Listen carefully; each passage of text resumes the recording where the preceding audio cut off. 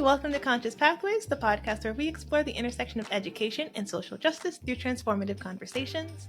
I'm your host, Brittney, and today I have a wonderful guest to share with you, Amanda Thomas. Amanda has been a preschool teacher for the past 10 years and currently works as the director of a Reggio Inspired preschool in San Diego. Amanda is passionate about child-centered and play-based learning. She's earned her master's degree in early childhood education, but feels most of her knowledge comes from years of working with amazing teachers and leaders in the field. Amanda and I have had the pleasure of working together in 2 different preschool settings, and I learned so much from her over the years. She's such an inspiring human. She's constantly trying to learn and grow, and I'm just so proud of where we've both been, but really proud to see how she's grown as a teacher from those early years of us teaching together to her now being the whole director of a school. And I'm so proud and excited, and this whole conversation just had so much ease to it. We covered so many topics, from teacher burnout to Reggio and play-based schools. I'm just really excited to share this with you, so let's hop into that interview. Welcome to Conscious Pathways. Today I have Amanda joining me. Hi. I've been so excited to have you on. We go way back. I don't even know how many years we have known each other at this point, but I think we met each other when we were like in our baby teacher era, like when we had just kind of started teaching.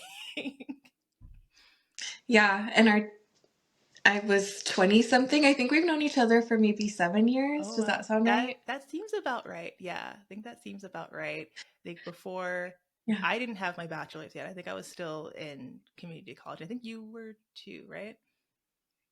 Yep. Wow, we were baby teachers. We've been through undergrad and grad school and many years of being in the field together.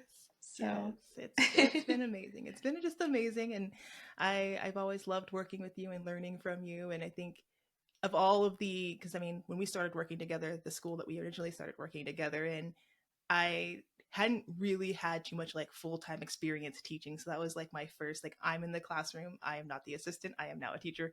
So I was kind of all over the place. And so like, you know, when you're first starting, you're like looking to all of your mentors around you, and you're looking at all the teachers around you. And I remember you being one of the teachers that I was like, I want to be like you one day.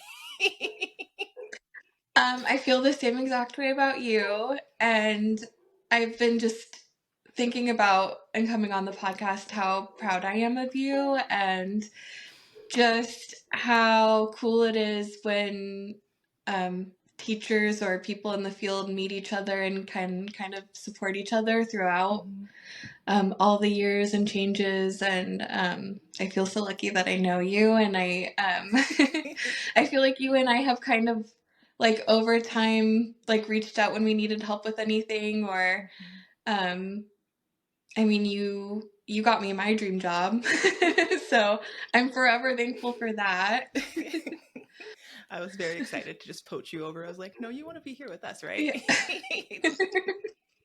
It took me, I don't know if you remember, but it took me a little bit of time. I feel like you were there for a while before I finally was like, no, she's right. It's time. Yeah. Finally, I think I had been talking to you about this place for like so long, and then we had an opening. And I was like, hey, you know what? Yeah. This would be perfect. Yeah, I guess just for your listeners, you and I worked together. I've worked at 3 preschools, and the second one that I worked at, I had been there for a little while, and then you started, and you and I became friends, and I feel like I learned from you all the time, and I think that we kind of saw things at that school that maybe weren't really like how we thought things should be done in early childhood. And I feel like I was almost sort of stuck because this was, again, the second preschool that I worked at, and the first one was so much worse. And I was like, no, this is it. Like and you know, there's fear there when you try something new. But then you started teaching at the school that I work for now. and you were like, hey, you should come interview. And again, there was like hesitation, but I interviewed and I started teaching there, and I started working for them in 2017, and then it's the most magical place in the whole world, and I am so thankful that you told me about it. It's a Reggio Inspired school in San Diego, and it's just the most magical place in the whole world. I couldn't agree more. When I left to go to LA to finish my degree, and they were offering me slightly cheaper like tuition to go in person than online, and I was like, well, college is expensive. So, Yeah, yeah, it is. so otherwise, I feel like I would probably still be there today. Yeah. But I'm so excited to have you on, and yeah, this is probably going to be our entire interview. It's just us just gushing over just how excited we are. So just be prepared for just a podcast full of just love. Yes. But so tell me a little bit about how you got into early childhood education. I don't think I ever asked you that in all these years of us knowing each other. Yeah. What inspired you? How are you here? It's funny because I listened to your first episode where you sort of spoke about how you got into the field, and I feel like my story is pretty similar. I grew up taking care of other kids. My grandma had an at-home daycare, and it was pretty crazy. I'm 34, so she got away with a lot of stuff that maybe like wouldn't happen now. And she did a lot of stuff right. She got it right a lot of the time, but one of the things was when I was older, I got to help take care of the babies, and I loved that. I still love that. And then you get older, and I babysat as a teenager and as a young adult.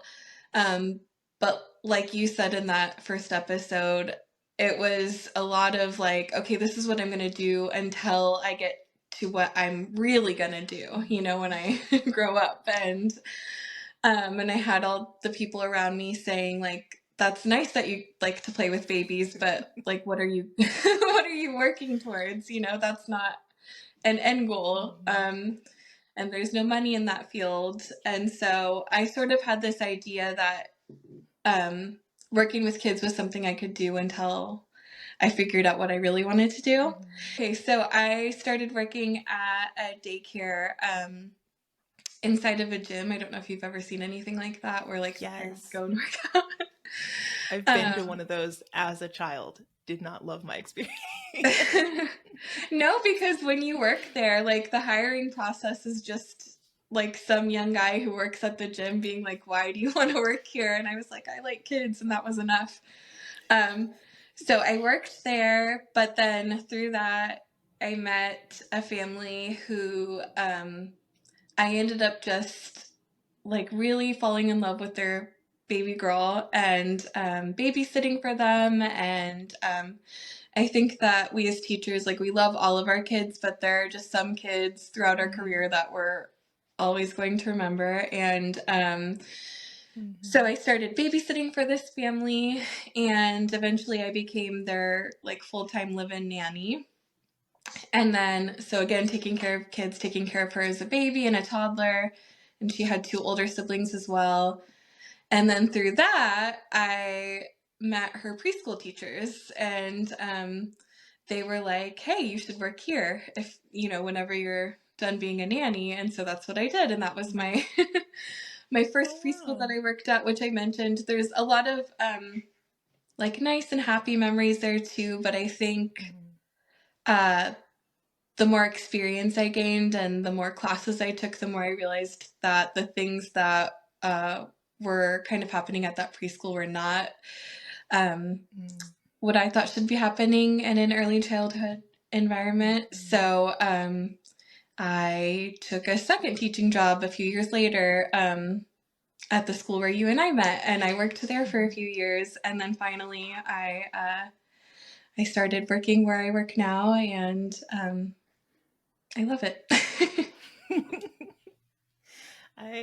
I love that. I love just how our kind of stories aligned in so many ways. And I know a lot of other people can probably connect with that too, of this, that, teaching doesn't make very much money. Like, early childhood is kind of like this gateway career to like other things. Like, oh, you like working with kids, go teach kindergarten or go do this. And it's kind of just disregarded, when in actuality there's so much beauty in early childhood, and there's so much joy in early childhood, and it's teaching on a different level, but it's still teaching.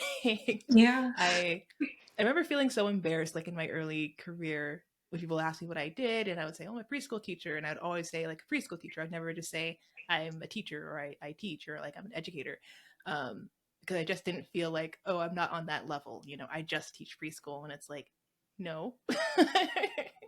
This is such an important career, and it's a professional job, and it should be taken seriously by the people in the career, and it should be taken seriously by the community, because it matters. Yeah, I definitely relate to all of that, and I feel like even getting my master's degree was sort of a way to be like, take me seriously. I'm a smart person. This is an Yes. important field. The first 5 years Mhm. are so important, Yes. and even still after all of that, being in the infant room again and having my master's degree, and people being like, okay, Mhm. but what are you going to do now that you have your master's degree? And I'm like, this is it. Yes. I know so much more now about how to give the best care to these babies, Mhm. and I'm a director now, which is really cool and fun. But I don't know. I think teaching is so important. Teaching preschool is so important, whether it's the infant Mhm. room or you and I at this school, it's continuity of care. So you start off with one group and you're Mhm. with them the whole time, which is beautiful, and gives you a chance to work with so many different age groups, which is fun. Mhm. And but yeah, I definitely relate to sort of this feeling of, no, like this is serious and it's important, and Mhm. this can be the job that you like. I hope to be a preschool teacher someday. That can be enough. Yes. Yes, yes, it is enough. It is more than enough. Like preschool teaching, it is such an important, like you said, those first 5 years are so important for a student's, development, and, generating their love for learning and their love for education, and, building up those social emotional skills. There's so much that goes into it, and it's so important and so integral. And Yeah. yes, more people should want to be preschool teachers, because it's fantastic. It really is. Yes, yes. So we've talked a little bit, kind of touched a little bit, that the school that we both worked at, the second one, was like it's a Reggio inspired preschool. I know I've mentioned it briefly on the podcast about Reggio, but maybe we could take a moment to just talk about Reggio. um, 'Cause there's a lot of elements that go into it. And I know when I had heard about it in some of my college classes, when you go over different, educational philosophies, they'd have like a sentence on Reggio Emilia. This is what it is. Anyways, Yeah. I don't think when I first started there that I really knew what Reggio was, or what a Reggio inspired preschool was, until I started working there and started doing research and trying to understand and learning from all the other really amazing teachers who are still there at the Yes. school, which is fantastic. I just remember looking at their classrooms and learning so much about their interactions and how they handled it. And Yeah. so, do you want to tell us a little bit about Reggio? Yeah, I mean, same thing for me. I knew nothing. I Mhm. when I started teaching preschool, because in California you only need 12 units to be a Mhm. preschool teacher. Yep. So I didn't know anything about Reggio, and I mentioned to my grandma's daycare. It was in a mobile home. Like we Reggio wasn't a word that I grew up with. Mhm. So working where I work now, where you and I, the second school that we worked at together, was sort of my first time working at a Reggio school or learning about Reggio. And just like you, it was um, through hands-on experience, through watching the teachers around me. Mhm. I think there are things that are pretty base level that are sort of Reggio Emilia inspired. Things like Mm, um, process art is so important, and yes. free play. But I think Mhm, there are things that are deeper than all of that too, like the way the teachers communicate with the children and the families and the community mhm, around them, um, that almost can't really be taught, at least not in a classroom. I feel like I learned so much more just from mm. listening to and observing the teachers around me. Like you said, a lot of them are still there. They're amazing. Yes. We got to work with the best teachers in the world, which is just so cool.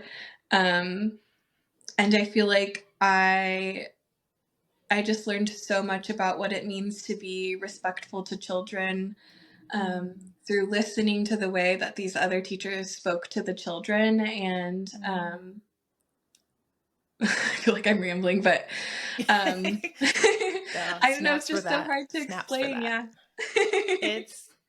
It's you're so right. Like there's an an aspect of respect that I feel like I've worked at a number of schools, since then, and different varieties of schools. So I've worked in schools that have been very academic based.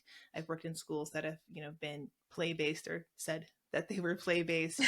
Uh, I've worked in inclusion schools, and of all of them, there's this aspect of respect that I felt like came from this kind of Reggio background in this Reggio classroom, and also the idea of building that community. So, as you mentioned, there's continuity of care. So, that means the students that you start with, the goal is that you have those students up until they leave preschool and go off to wherever else they want to go after that. And so in some cases, the classroom I started in, we started with 2-year-olds, so we would have had them until they were 5.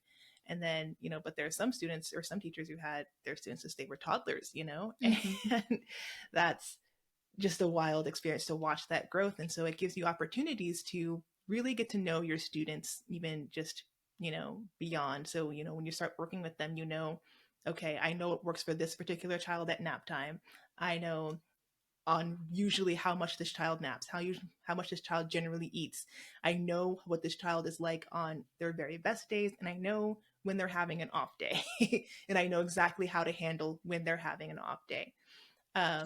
And so it builds up that community, and it builds up a really solid community with the parents as well, because they're also seeing the same kids, they're hearing about the same kids year after year, at home when they're talking about who did you play with?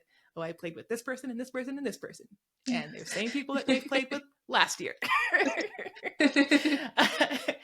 And it really does build up a lot of community, which I know is one of the pillars of Reggio, is Mhm. that community is important, mutual respect is important, and really honoring the children and honoring just all the great things that they bring into the classroom, and that they are capable and that they are able, and really that vision of the child.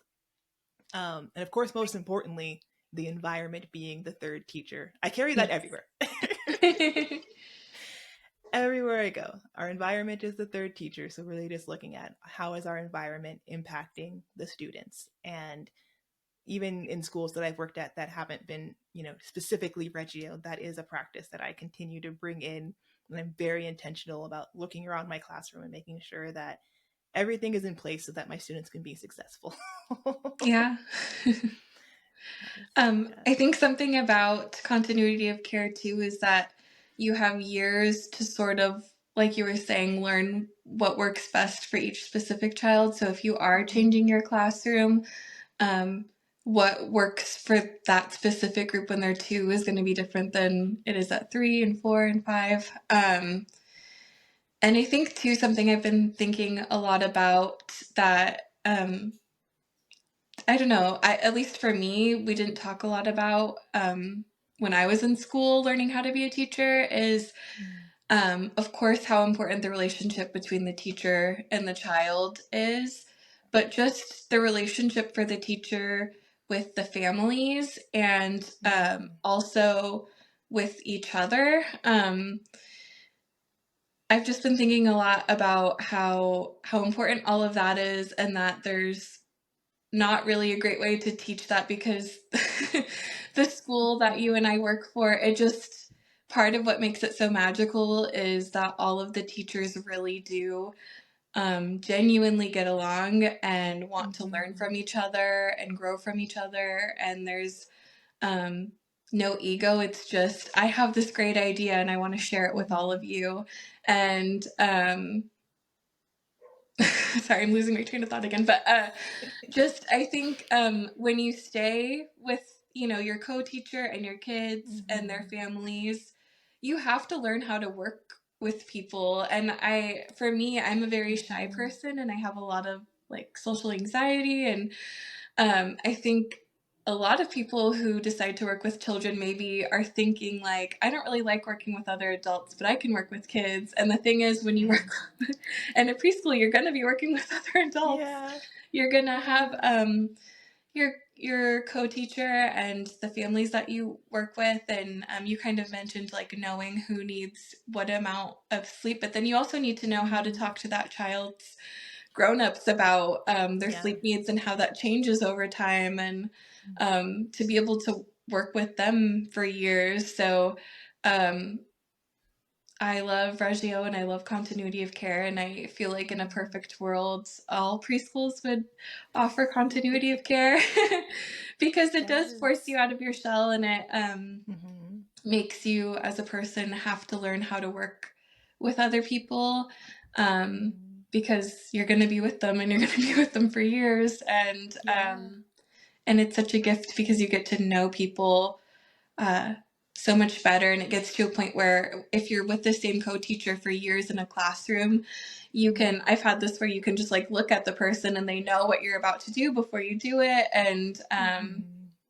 I don't know, there's just so many magical elements. Sorry, my mind is just thinking of all the things that are great about it. And I'm just trying to tell you all of it at once. No, I love it, and you're so right. I feel like when I would think back to like the hardest days that I would have in the classroom, it very rarely was because of the actual students themselves. It was Yeah. often because I just had a weird interaction with the parent, or it was just, just having rough interactions with other teachers, and the school that we both worked at, that really wasn't ever the case. Everyone was so amazing and inspiring, and it was just such, it wasn't like we were being pitted against each other. It wasn't just, Hmm. oh, I have to beat that teacher, I have to be better than that teacher. It was just a truly collaborative environment, and everyone was just so amazing and sweet and Yeah. just world class teachers. I feel like this is like an ad. I swear it's not an ad, but we're just gushing over the school.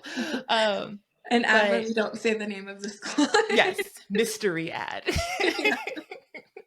But that was such a beautiful part of it, when you can find that school community. Like, really what you're saying is like, there's a community that you're building with your students in your classroom, right? So that's one aspect of the community, that you want the students in your classroom to get along and work together and learn together and grow together.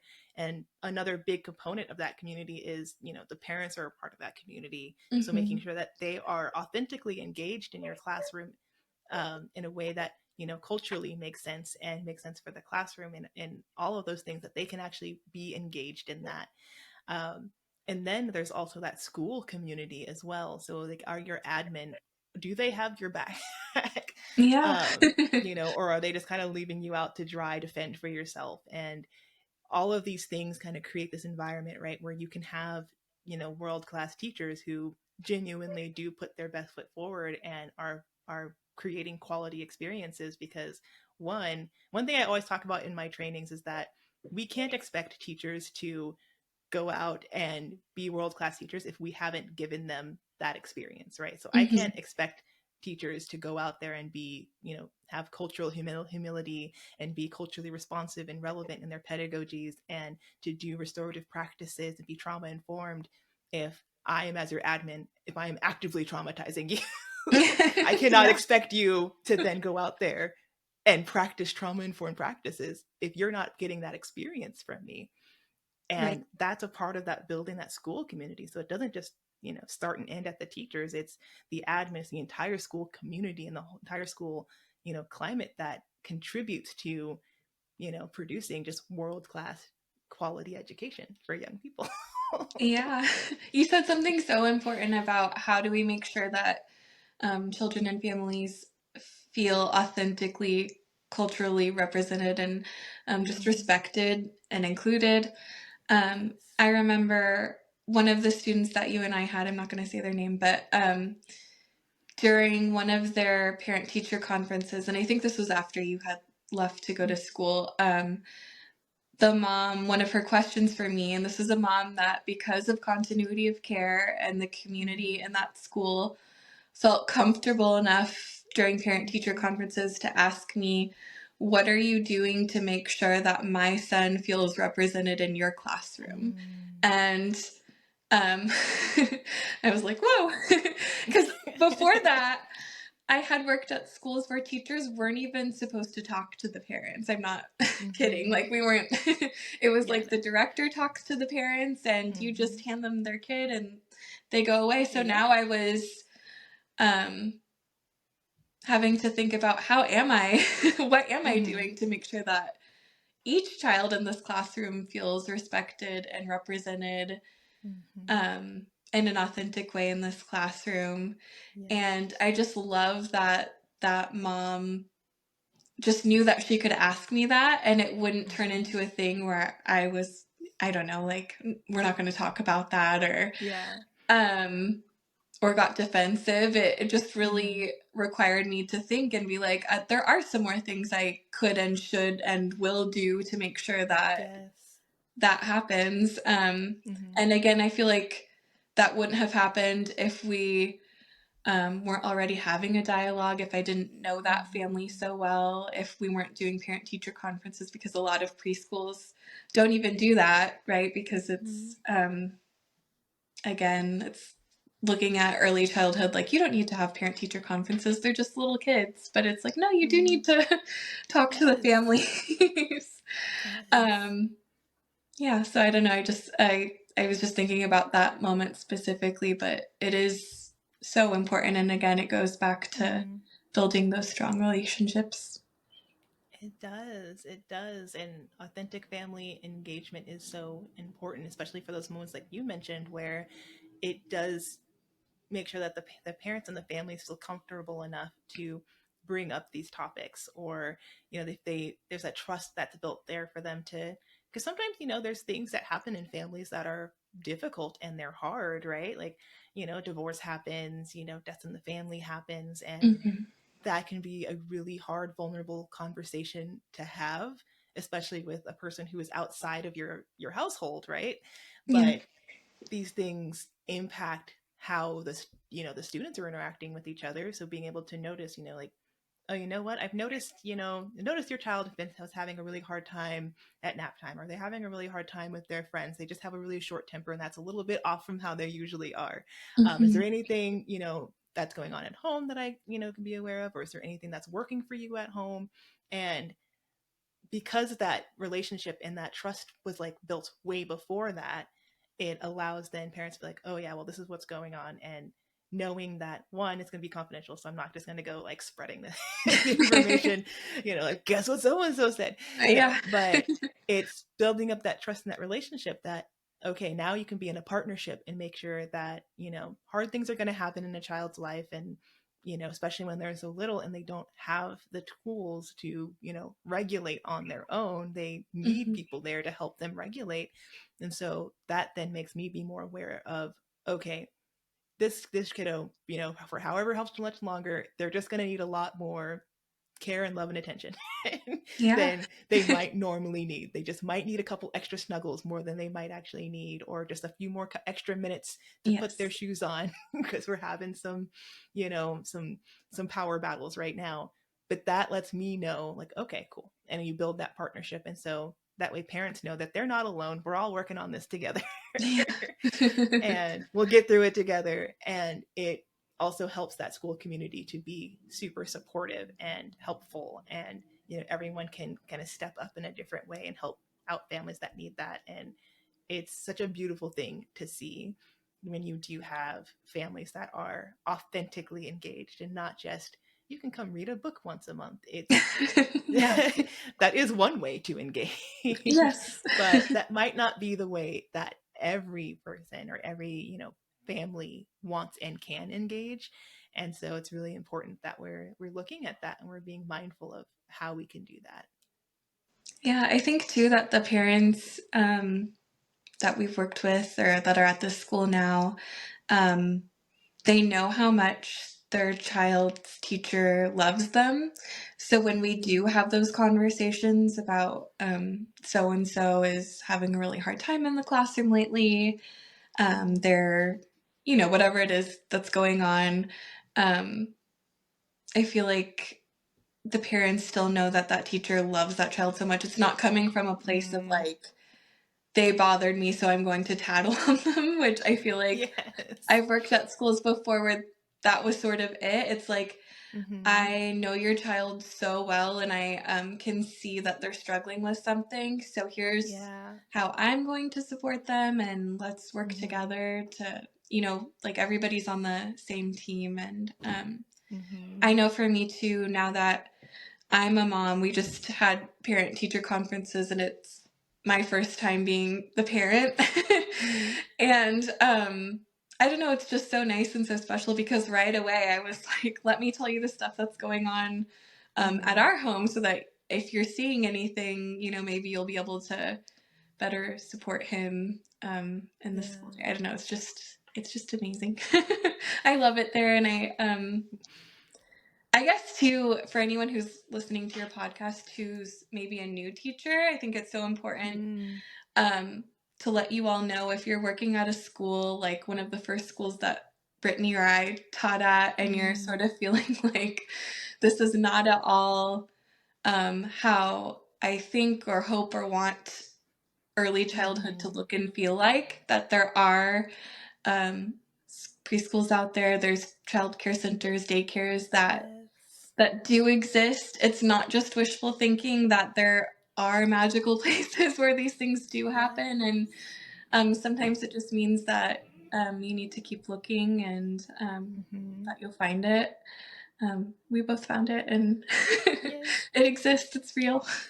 It exists, and it's so real. And that's such a good point, because when you're I would say the first couple of years of teaching, the first year is always just really hard because it reminded me of when I worked in restaurants, and on the first day, you get a little bit of training, but I know on my first day when I was serving, I just kind of got thrown into it and was just like, you'll figure it out. And it's just like, oh, okay. And I know my very first day being, in the classroom, they just kind of put me in there alone, and I didn't even have my credits yet. Like I had signed up for the classes, but they hadn't started yet. Yeah. And they were like, okay, have fun. And I was like, looking back, I'm like, is that legal? But I don't know if that was legal. But, looking back on it and just knowing how sometimes you do just kind of get thrown into it, and it's hard. And I know we kind of talked about it a little bit too, that in our first two schools that we worked at, we knew there were some practices that were just seemed off, that just didn't seem in alignment with our values and our integrity and things that were important to us. We just was like, this seems awkward, this seems kind of like just developmentally appropriate things, that we just kind of saw. It was just like, but you're such a new teacher that you either don't know how to kind of speak up against it, you don't know who to talk to about this, or it's just so common that you're like, oh, okay, I must be the one who's just not getting it. And trust me, if it feels off in your soul, it probably is a little off. And that's why I think it's so important that when we're becoming teachers, to just really sit down and think about what is important to you in a classroom, what is important to you, values wise, integrity wise, just in your just general everyday life. What are the things that are most important to you? And write those down, have those with you wherever you go, so that you can just constantly be checking back in with that, and does this feel right to me? Because working in a place where it is in opposition to your values, it will tear down your mental health, it'll tear down your soul in so many different ways. And for me, finding a school that was play based and was very child centered and child led, that was what worked for me and my soul. Yes. And when I started doing that, I was like, oh, okay, it clicked right away. I was like, oh, okay, no, this is the way that this is the values that I want to take in for when I'm teaching. And, but there's, we have the benefit in early childhood that there are so many different philosophies. You have like Montessori, you have Reggio, you have so many options that it's okay to try out a couple different options and see what really works for you and what makes sense for you. Such a good point. I think too, something that you kind of just touched on, because we've both worked at schools that just weren't the best before we finally got to where we wanted to be. And something that I look back on and wish that I had done differently was the first preschool that I worked at. I made a lot of friends there. Like I said in the beginning, I was a nanny and I became friends with one of her preschool teachers. She got me the job. So when I started taking child development classes and because if you don't have any child development knowledge or education, you sort of just teach with the things that you grew up with, and not all of that is developmentally appropriate. And so anyway, so the more classes I took, the more that I looked around and I was like, oh, we're doing a lot of things that aren't developmentally appropriate, that aren't kind, that aren't respectful. And I also said that I'm a shy person, so I didn't know that I could say something. And I feel like what I did was just sort of hold it all in and let a million little things that happened throughout the day really make me uncomfortable and bother me, until it got to the point where I just one day went to the director and I was like, basically, this isn't what I said, but I was like, I hate it here. Here's why. Like, all these things are happening and it's not okay. And that's great. And I do think that we need to advocate for the future teachers and children that will be at these schools. But I think the first thing I should have done was talk to my colleagues, my co-teachers, and at least try to pass around some knowledge. I don't think it would have worked at the first preschool that I worked at. I do think I tried a little bit, like they did a lot of product art. So I guess for anybody listening, it's more developmentally appropriate and more creative to do process art. It's better for young children. But so product art is kind of when you make the template and you tell the child essentially like, we're going to make snowmen. And then you have all the circles, all the white circles and everything's already cut out for them. And you give them that and you're like, okay, make a snowman. And then like, no, that's not where the eyes go. Where do the, it's like, it's very, the point of the product or the point of the art is to make the product. Like you want it to look good as a product, rather like the process art is the process is the learning.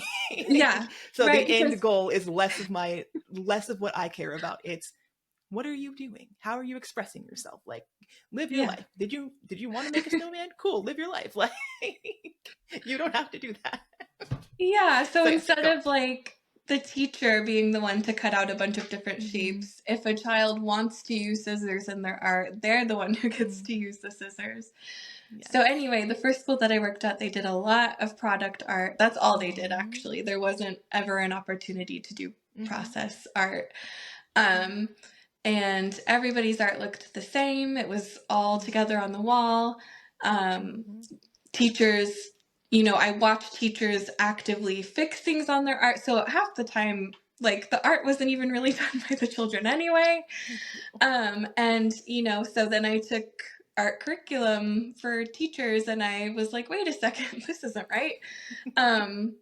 And when I sort of tried to conquer my shyness and my anxiety and say something to the teachers who had been there way longer than me and made that very clear. And I was like, what if we do more art that's child centered and respectful, and they get to choose what they do. And there was a lot of pushback with the parents need to see how they're learning, and this is the way we've always done it. And I was like, well, we could take pictures of how they're actually learning. This was, I think, before like iPhones and you could document right away. So I was like, we could print them and write something up on a poster for how they're learning when, you know, it might just look like they're scribbling, but they are learning so much. And honestly, even if they weren't learning, they have a right to just scribble. That's important too. So it's expression.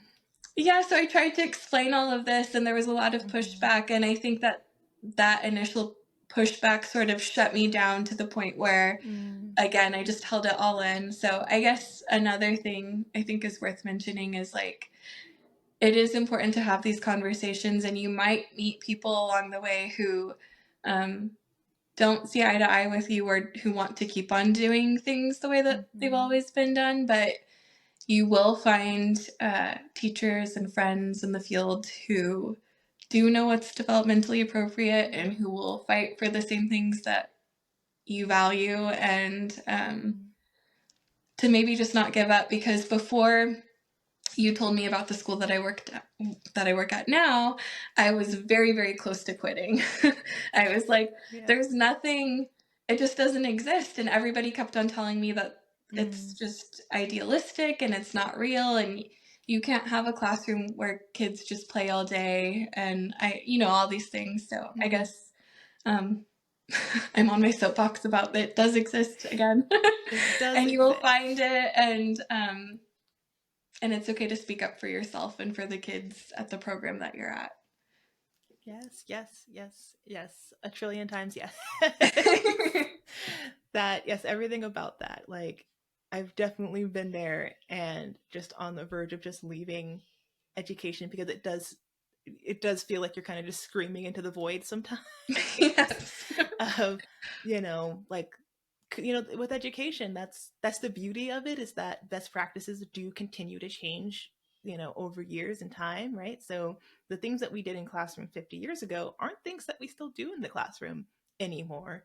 And that's because our understanding of children and development and, all of these different developmental domains, our understanding of their fine motor skills, their cognitive development, their social emotional skills, like all of this stuff has like been developing over time, and it's beautiful, because that means we just get to learn more about this wonderful population that we get to work with. Yes. And also it means that we just get more professional development, and we get to learn. But it can just feel like you're screaming into the void sometimes, and there are other places that you can go. And I know for me, when I've worked in schools and environments similar to that, where it's just you kind of know, you kind of have an understanding of like how the best practices have shifted. Like in the 90s, it was like, oh yeah, it's a preschool, so it's got to be super colorful. It just looked like a rainbow had vomited all over the classroom. Like, it was like, I remember that from when I was in school. We look at like pictures from like the 90s and the early 2000s, like color was king, right? We wanted those kids to know color. Yes. which is great. Yes, we love colors, we love learning colors, but it was too much. And so now we know that best practices have kind of shifted away from this like overly saturated in color environment, because it can be really overstimulating for students. And we know that we can still have color, but we can have it in just a more moderate way. Just, little sprinklings of color places, And I remember the school that I worked at, there was just color everywhere. It was like I had walked into a 90s classroom, and it was just everything was colorful. Yes. And I was like, oh, hello. And I remember kind of trying to bring up, like, oh, maybe we can like mute some things, or maybe we can do this, and like getting pushback on that. I'm like, oh, it's beautiful, it's color. And I'm like, yes, but also it's overstimulating. Like, my 2-year-olds are coming into the classroom and they are stimulated, wired immediately from drop off. And I'm like, okay, well, maybe we can shift some things. And so, what did help in that moment was bringing in just research and just sharing that, just kind of casually just sharing it, right? Because sometimes we get excited about something and we bring it in and we're like, we're all doing it wrong. We got to do it this way. Yeah. and no one wants to hear that, No. right? But bringing in research like, oh yeah, I found this really cool article, I wanted to share it, and just really small actionable ways that we can shift to make it a little less stimulating. Those things I feel like help a lot, and they can kind of help your mental health Yes. and mental sanity, and also help to make the environment, because when you've been working somewhere for so long, it can be hard to think about leaving because you already have a connection with your students, Mm-hmm. and you don't want to leave your students, but also, your mental health matters so much more than any job at the end of the day. So you have to take care of Yes. you. And if it's draining you to the point where you just can't enjoy your job, you can't enjoy regular life, then like, yes, there needs to be changes. And I know that I've gotten to spaces in my career where I was just so burned out and overstimulated, just going to school and going and working and just doing the most, just Yeah. doing the most. And there's just been times when I've taken a step back and taken a break Mm-hmm. from early childhood education. And I think the first time I took a step back because I got burnt out, I felt like I failed, like I was like, oh wow, like I failed. I couldn't teach. But when I came back to education like a year or two later, I was so much more energized and I had so much more passion and I was ready.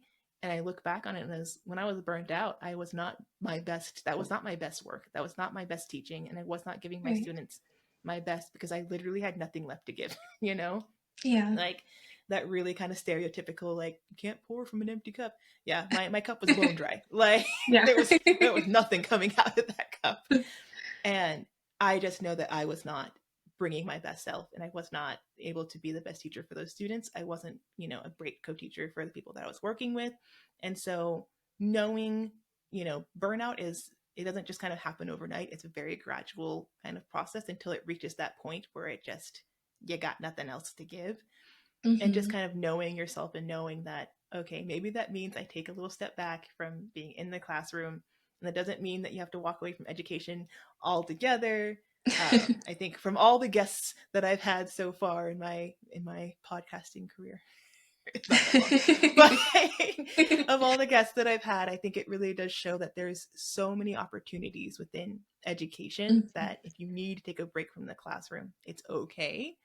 Yeah. And maybe you go and you do something else for a little bit. Maybe you look at directing. Maybe you look at, there's like being an education coordinator. There's all these, or nonprofits. There's all these different ways that you can still engage with education, but also protect your inner peace. So, Yeah, and I think something too, just talking about burnout, something that Gen Z is really good at is I love sort Gen of Z. setting those boundaries and speaking up for themselves. Mm-hmm. Um and I guess what I'm trying to say is also you should work somewhere where if you want to take a step back, um but you're a valued employee, you've been doing a good job.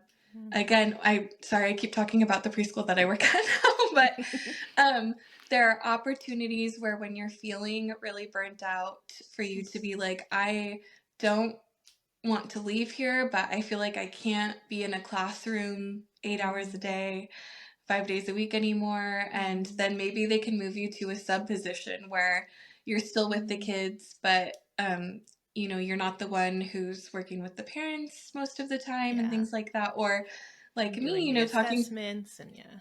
yeah, being like, I Mm-hmm. I feel ready to be a director when an opportunity comes up. Or Mm-hmm. um I took 2 years off of where I work now to have a home daycare and to be a foster parent and then a biological parent. I did a lot in that 2 years. I You really did. got my master's degree, so I took some time off, but I feel like I was welcomed back with open arms, and I think that's a Mm-hmm. testament to young people sort of demanding to be treated Yes. again, like respected in the workplace, and to be Mm-hmm. like, you Mm-hmm. if I'm a great teacher and I'm doing a good job, then maybe I can take a few years off and come back, or maybe I can Yes. do a different position. Like, those Mm-hmm. conversations are so important because, like you said, working with children is amazing and it's also exhausting.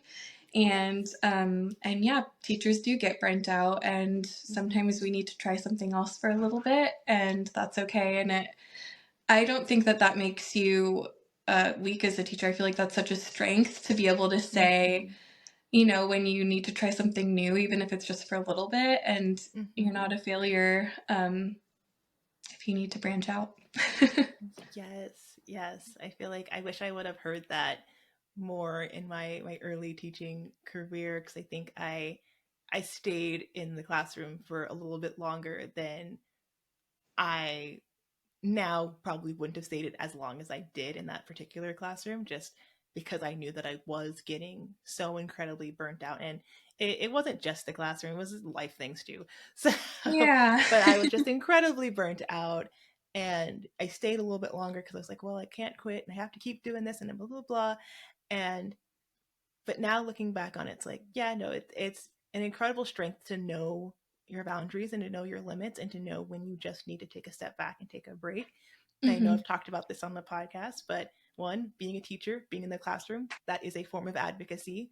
And part of being an advocate and being a really effective advocate is knowing when to step up and when to step back, in knowing that when you step back, that someone else is also going to step right up, right? So you're not, leaving people high and dry. There's going to be more Yeah. people because you're part of a community who wants you to be cared for, right? Mm-hmm. And if that's a community that is loving and kind and respectful, you're always going to be welcomed back with the open arms, right? And yes.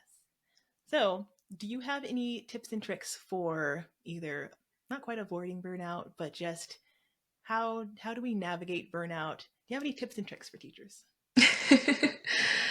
um, I mean, I think a lot of the things that we're sort of touching on now, like knowing when you do need to take a step back, and what you just said about knowing that it doesn't make you weak or not a good teacher. I feel like sometimes teachers, we kind of have a hero complex where we feel like if we, I know that when I left my first school, part of why it took so long was because I was like, if I'm not here, these kids are going to have a horrible time. I sort of built myself up to be this superhero, and we love our students and we want to be there for them. But if we're feeling burnt out or even just unhappy where we're at and we're not being our best, like you said, we're not giving those kids what they need anyway. And there are other teachers who can come in and help. And so I think knowing when you need to take a break, scheduling, I like to schedule just like a random day off in the month just to relax. And I know that that's a really privileged thing to say. Not everybody has PTO.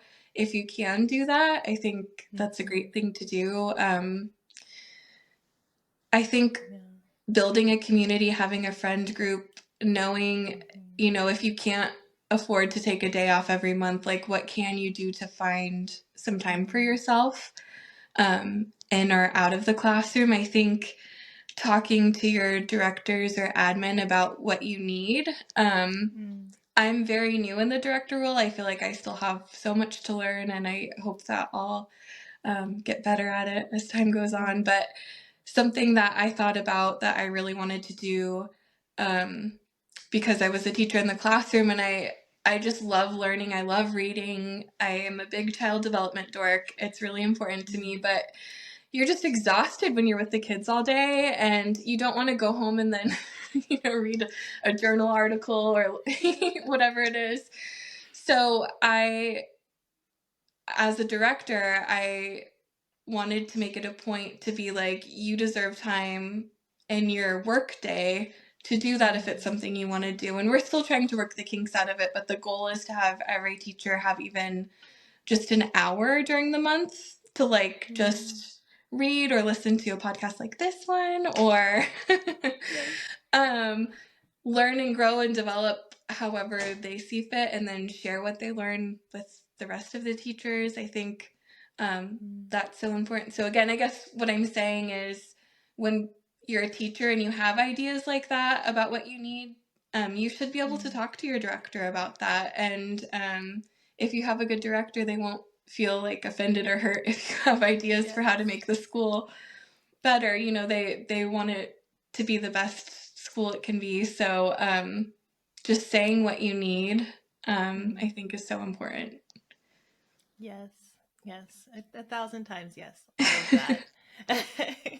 It is, yes, it is so important. I love the intention of building in that time for teachers to do professional development during the workday, because like you said, it's hard when you've been with the kids all day and then you go home and you might have a family at home, or you might just have other responsibilities at home, or you just might be tired. Yeah. And you just sometimes you just want to veg on the couch and watch TikToks, and like I get Yes. that, been there. Like you just want to like veg and disassociate. I get it. So I love the intention of having that kind of just being built in of it's important that we do this and we keep on top of our game. And I also recognize that your time is important. So I love that. I do have one last question for you before I let you go. And that is, how do you reimagine education? Ooh. um, I guess in my perfect world, every early childhood classroom or daycare or wherever the child is at during the day, they have an opportunity to be outside, to get dirty, to be covered in paint if that's something that they're interested in, that they can sing and dance. And Lisa Murphy, she's the ooey gooey lady. She Yes. has some books out, and one of them talks about the 7 different things that children should get every day. And I feel like I don't have them written down with me, so I'm not going to be able to say them. But those 7 things, all children, yes, they should be able to do those every day, and they should be with adults who care about them and respect them and want to hear what they have to say and put their needs first, and who understand sorry, this list is going on and on, but who understand what they need and where they're at and can meet them where they're at. I just feel like, I don't know, that children should be in a safe and loving space where they also get to get messy and be loud and build things. And unfortunately, I know that there's a lot of schools out there where that doesn't get to happen. So I would like to see education where all children 8 and under get to play every day. Most of the time outside, ideally. Ideally, yes. That would be my future education. Yes. I adore everything about that. And yes, get kids outside, let them play, let them get messy, let them take risks whenever, appropriate and, possible. When we're working in centers, we have, risk avoidance and stuff. All like I like that, but it's also a part of their learning to try things and to get messy. I think my favorite days when I was teaching was that it would rain, and it rains a little bit more nowadays, but back in the day it didn't rain that much in San Diego. But when we would have one of those rare kind of rainy days, it's just to take the kids outside and to splash and to get muddy and to just get dirty and to play and go to the mud kitchen and just get completely filthy. And was it a hot mess to clean all that up? Yes, our floors were disgusting. We had clothes everywhere. Like, Yes. it was just. But by the end of it, we got pretty good at being like well-oiled machine when it came to rainy day plagues. We're like, okay, we got this. But it was rough. But the joy on those kids' faces and the things that they get to learn and just the sensory experience, amazing. I want all kids to be able to experience that if they want to. Obviously, not all kids want that, and they can play in their own way. But messy play. Big advocate for some sensory messy play. Let them be messy. Kids are washable. It's fine. It is. Yeah, we have babies out in the rain and the mud, and like you just said, you can you can rinse them off and put them in dry clothes, and they will be good as new. They will be good as new. Well, thank you so much for joining me. This was such a pleasure. I just feel like my cheeks hurt from smiling just the entire time.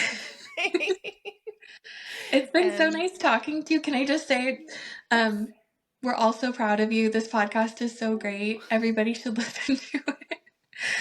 yes, please. This is just amazing, and it's so great, and it's been so nice talking to you. Thank you so much. It's been a joy. I've been so excited to just have you on, and thank you for being such a big inspiration to me and being such like just a guiding force in me continuing on. Like I don't know if I didn't work with you in that second school that we worked, the first school that we worked together in, but the second school I worked at, I don't know if I would have continued. I think I just would have been like, I don't know if this is the thing for me. But seeing you and your co-teacher at the time, like you guys had such great rapport together, and the way the students interacted with you and the way that you were with the classroom, like when I think about the epitome of a preschool teacher, like you are the vision that comes to mind. Same to And you. I just thank you for being an inspiration and just a beautiful all around human being. You too. Thanks. Thank you. Thank you for tuning into Conscious Pathways. Don't forget to like, follow, and subscribe Conscious Pathways wherever you get your podcasts. And did you know we have a YouTube channel where we put the video version of this podcast every single week? If you're into video podcasts, you can follow us on YouTube at Conscious Pathways. Don't forget to share this podcast with your friends, coworkers, colleagues, children, whoever might be interested. It really does help the podcast to grow and reach more listeners just like you. And until next time, wherever you are on your conscious journey, don't forget to lead with courage and kindness. And I'll see you then for more transformative conversations in education. Bye!